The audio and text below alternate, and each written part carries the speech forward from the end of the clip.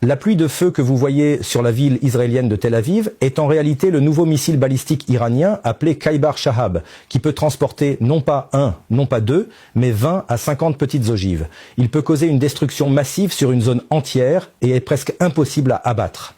Le système radar d'alerte précoce aux missiles balistiques AN/FPS 132 des forces spatiales américaines, situé au Qatar, a coûté 1,1 milliard de dollars et était le plus grand radar au Moyen-Orient. Je dis « était » parce que les missiles iraniens l'ont maintenant complètement détruit. Voici Dubaï, le terrain de jeu des riches au Moyen-Orient, où des drones Shahid attaquent quotidiennement et il est devenu impossible de tous les abattre. Les États-Unis ferment également leurs ambassades une par une à travers le Moyen-Orient. Voici l'USS Abraham Lincoln, un porte-avions de classe Nimitz, valant environ 7 milliards de dollars aujourd'hui. L'Iran affirme avoir ciblé ce porte-avions avec ses missiles. Les États-Unis nient toujours cela et affirment que le porte-avions n'a subi aucun dommage. Mais le fait demeure que le porte-avions a été déplacé loin de l'Iran. En seulement une semaine, l'Iran fait face à la nation la plus puissante du monde dans une guerre qu'il ne peut pas gagner mais refuse de perdre. La question est: comment est-ce même possible? Qu'est-ce que l'Iran possède que les forces avancées américaines, les armes avancées, l'intelligence artificielle avancée et le leadership audacieux ont échoué à prendre en compte dans leurs calculs? Quand l'Amérique et Israël ont conjointement attaqué l'Iran le 28 février, le monde entier a probablement supposé que l'Amérique gagnerait cette guerre en quelques heures. Après tout, ils avaient éliminé toute la direction. Sûrement le plus grand ennemi de l'Iran allait enfin se soumettre et se rendre.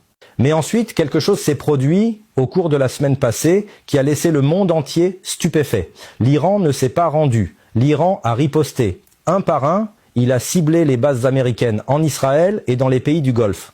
Comment est-ce possible? C'est parce que l'Iran possède l'un des arsenaux de missiles et de drones les plus avancés et les plus rentables au monde. Et ce n'était pas un secret pour l'Amérique. En fait, les gardiens de la révolution islamique ont publié une vidéo en mars 2025 qui a laissé les experts mondiaux de la défense sans voix. L'Iran possède en réalité des villes souterraines entières de missiles, avec des tunnels s'étendant sur des kilomètres où chaque missile est stationné sur sa propre plateforme de lancement.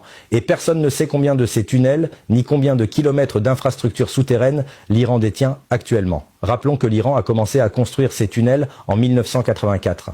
On dit que les roquettes et les drones que l'Iran a utilisés dans les premiers jours servait simplement à vider son vieux stock, conçu pour épuiser les stocks de missiles intercepteurs des États-Unis et d'Israël. Le vrai jeu ne fait que commencer avec des munitions à fragmentation et des missiles hypersoniques. Que l'Iran gagne ou perde n'a presque plus d'importance. Ce qui importe pour le monde entier, c'est que la définition de la guerre est en train de changer. La pensée intelligente surpasse maintenant les bombes intelligentes et d'autres pays prennent note.